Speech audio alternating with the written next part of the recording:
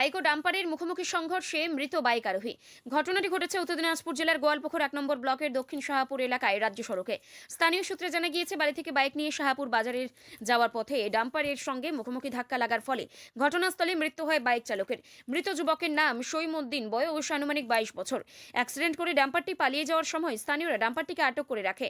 ঘটনার খবর পেয়ে ঘটনাস্থলে ছুটে আসে গোয়ালপুকুর থানার পুলিশ মৃতদেহ উদ্ধার করে ময়নাতদন্তের জন্য ইসলামপুর মহকুমা হাসপাতালে পাঠানোর পাশাপাশি ঘাতক লরিটিকে আটক করে ঘটনা তদন্ত শুরু করেছে গোয়ালপুকুর থানার পুলিশ। দাদা বলছি কি হয়েছে এখানে? এখানে একটা ডাম্পারের সাথে মোটরসাইকেল অ্যাক্সিডেন্ট হয়েছে, স্পট ডেথ হয়ে মারা গেছে। কোন জায়গাটা এটা? এটা দক্ষিণ শাহপুর। দক্ষিণ বলছি ছেলেটার কোনো পরিচয় পাওয়া গেছে? হ্যাঁ, ছেলেটার পরিচয় পাওয়া গেছে। ও ছেলেটার নাম হলো সৈমুদ্দিন, আমাদের দক্ষিণ শাহপুরের ছেলে। ওর বাবার নাম হলো জালাল।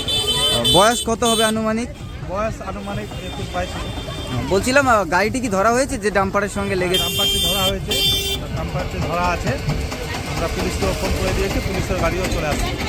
আপনার নাম? আমার নাম দুলাল। কোন দায়িত্বে রয়েছেন?